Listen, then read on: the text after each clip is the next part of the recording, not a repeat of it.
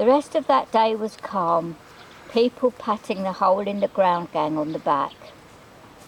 They knew they had stitched Ducky up, and no one had any sympathy for him.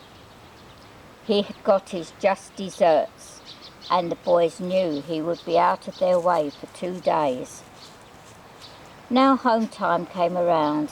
Again the boys rushed home and got ready for the gang meeting an hour later. Dreamer was sitting in the camp waiting for Nipper and Sparks to turn up. Then the secret knock and the outer door opened. Then the sound of people shuffling up the tunnel, and finally the inner door opened and the 2 friends entered with big smiles on their faces. "You 2 are still chuffed about dropping Ducky in it, aren't you?" laughed Dreamer. "Yes, I must admit we are gloating a lot." "Do you feel sympathy for Ducky then, Dreamer?" asked Nipper. "Not one little bit. He got exactly what he deserves. About time he got his comeuppance, the amount of people he has dropped in it."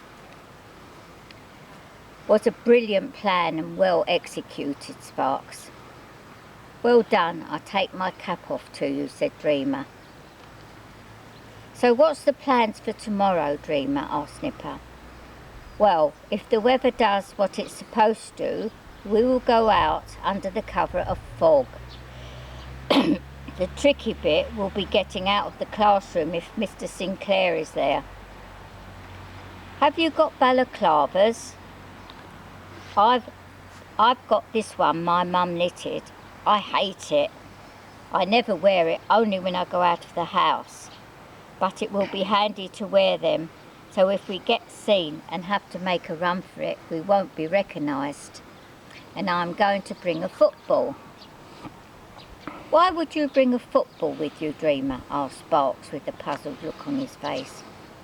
"Because, my dear friend, if we get caught just when we get over the fence, we can say we were getting our ball.